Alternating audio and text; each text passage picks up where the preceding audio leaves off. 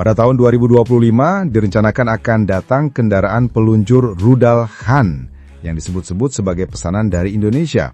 Secara singkat, berita ini membahas kedatangan sistem peluncur rudal canggih buatan Turki yang diyakini akan menjadi bagian dari penguatan alutsista TNI. Halo para pecinta rudal, penggemar letupan akurasi tinggi dan penikmat teknologi militer sejati. Siapkan tempat duduk terbaik kalian, karena kali ini kita nggak ngomongin drama artis, apalagi politik yang muter-muter. Kita bakal bahas makhluk buas berkekuatan Mach 5 yang siap bikin peta berubah warna. Rudal balistik hypersonic Khan. Bukan Khan bintang Bollywood ya. Ini Khan yang kalau terbang, radar pun bisa minder. Wow. Jadi ceritanya begini. Tahun 2022 lalu, di ajang pameran pertahanan Indo Defense yang jadi ajang tahunan bergengsi buat pamer senjata canggih, Kementerian Pertahanan kita menandatangani kontrak pembelian rudal Khan dari Turki. Wah, waktu itu sempat heboh juga, karena ini bukan rudal kaleng-kaleng. Tapi habis itu, hening, sepi. Seperti chat kebetan yang cuma dibaca tapi nggak dibales. Baru muncul kabar lagi pada Juli 2024 saat delegasi perwira TNI AD mampir ke Turki buat nonton langsung uji coba tembak rudal Khan. Keren sih, kayak nonton konser, tapi yang nembak bukan gitaris, melainkan rudal ke langit. Nah, kabar terbarunya datang dari IDEF 2025, ajang pameran industri pertahanan internasional yang digelar di Istanbul. Situs berita defenseturk.net, ya itu berita beneran, bukan akun memeh, nampilin foto kendaraan peluncur rudal Khan yang katanya bakal dikirim ke Indonesia. Yeay, akhirnya kita dapat update juga. Kendaraannya gede banget doh, pakai sasis 8 roda yang semuanya aktif bergerak. Bukan odong-odong ya, tapi ini heavy duty military truck buatan BMC, perusahaan otomotif militer kebanggaan Turki. Jadi kalau selama ini Roketsan, si pembuat rudalnya biasa pakai sasis dari Ceko atau Belarus, sekarang mereka pakai produk lokal mereka sendiri, Turki. Gambarnya, mobil tempur raksasa, kelihatan kayak monster truck versi militer, panjangnya bisa 10-12 meter, lebar hampir 3 meter, dan tingginya 4 meter. Berat kosongnya 25 ton, bisa lebih dari 40 ton kalau udah diisi rudal.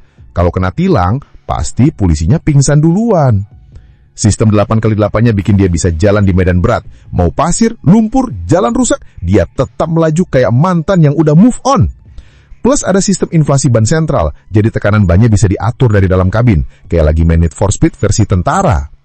Nah, sekarang kita ngomongin senjatanya. Rudal Khan ditenagai oleh bahan bakar padat, composite solid fuel, punya panjang 8 meter dengan kecepatan terbang Mach 5. Gila, Mach 5 itu 5 kali kecepatan suara.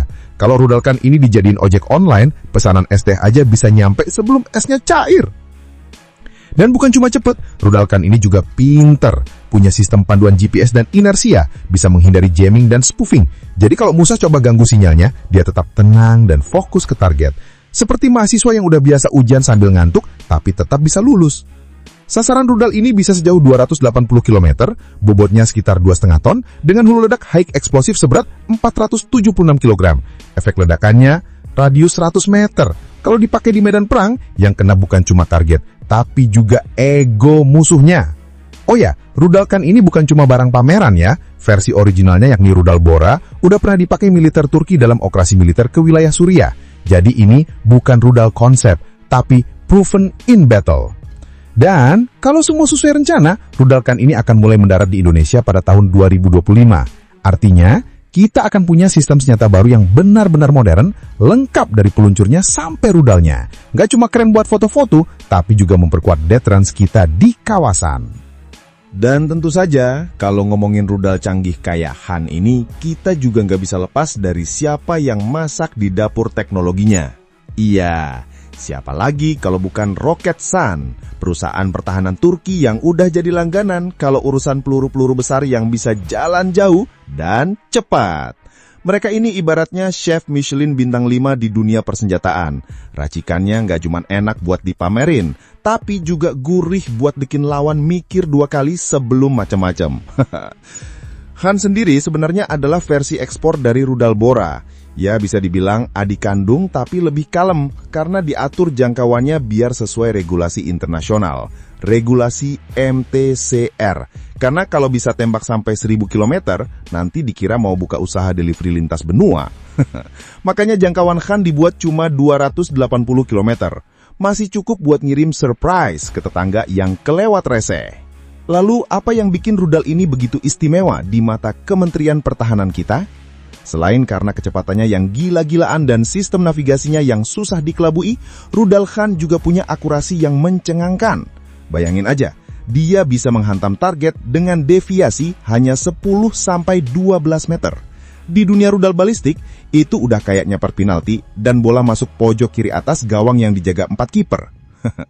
Apalagi rudal ini dirancang buat menyerang target strategis, gudang amunisi, markas komando, sistem pertahanan udara, atau aset penting musuh lainnya.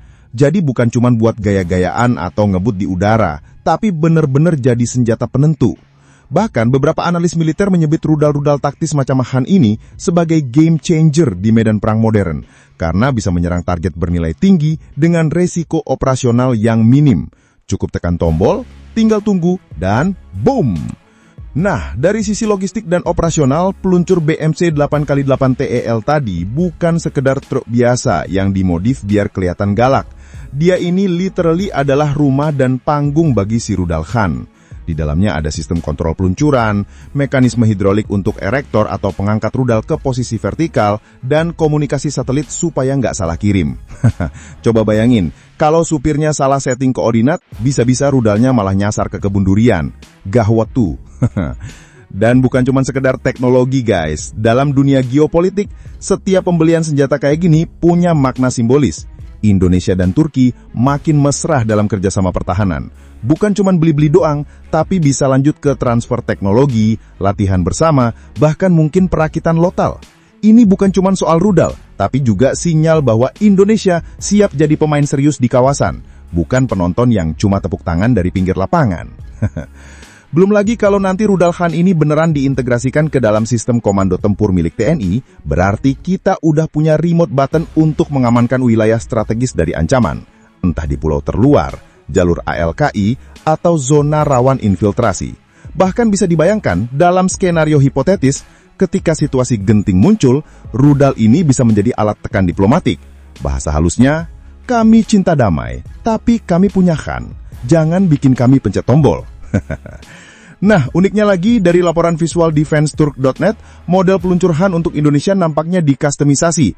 Kalau diperhatikan, ada indikasi bahwa kendaraan BMC yang digunakan bukan versi standar tapi sudah dimodifikasi sesuai kebutuhan operasional Indonesia. Bisa jadi karena kondisi geografis kita yang menantang, gunung, hutan, rawa, dan kadang jalanan yang belum tentu bersahabat. Apalagi kalau musim hujan, bisa kayak kolam renang gratis di tengah jalan. Dan kalau kita lihat trennya nih, Khan bukan cuman bakal jadi satu-satunya. Indonesia dengan strategi minimum essential force-nya sepertinya akan terus melengkapi arsenal dengan sistem canggih sejenis. Siapa tahu nanti ada Khan edisi Nusantara, dipasang di truk buatan lokal, atau bahkan diluncurkan dari wahana laut atau udara. Wah, bayangin aja, kalau suatu hari ada rudal hipersonik lepas tangkat dari kapal perang Indonesia yang lagi patroli di Natuna. Laut Cina Selatan langsung sunyi. Thanks banget buat yang udah nonton sampai habis. Kalau suka, ya di-like aja. Kalau merasa cocok, langsung subscribe. Dan kalau jempol udah gatal pengen ngetik, antem aja tuh kolom komentar. Mau debat? Boleh. Mau bercanda? Gas. Yang penting sopan.